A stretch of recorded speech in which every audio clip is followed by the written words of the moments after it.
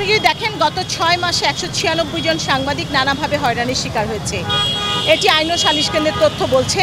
সেই হয়রানির শিকার করেছে মব করে, সেই হয়রানির শিকার করেছে বিভিন্ন রাজনৈতিক দল, অঙ্গ সংগঠন, ছাত্র, প্রশাসন এবং আইনশৃঙ্খলা বাহিনী, এবং কর্মরত অবস্থায়ও সাংবাদিক আসলে হয়রানির শিকার হয়েছে। কিন্তু এটি আজ প্রতিষ্ঠিত যে সাংবাদিক মারলে বা মেরে ফেললে, পিটালে কোনো বিচার হবে না। আপনারা দুটি ঘটনা পাশাপাশি দেখবেন।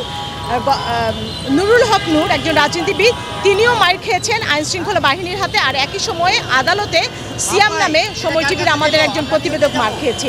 দুটি ঘটনার প্রতিবাদের ভাষা, দুটি ঘটনায় প্রশাসনের নড়াচড়া, এই সব কিছু যদি আপনি দেখেন তাহলেই বুঝবেন এটি কিভাবে প্রতিষ্ঠিত হলো যে সাংবাদিক মারলে বা পিটালে আসলে কোনো সমস্যা নেই।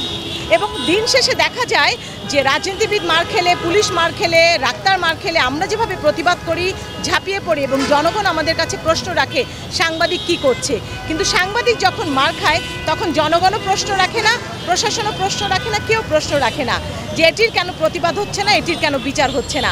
সুতরাং দিন শেষে আমার কথা, আপনার কথা আমাদেরই বলতে হবে, আর সেজন্যই আসলে আমাদের আজকে এখানে দাঁড়ানো।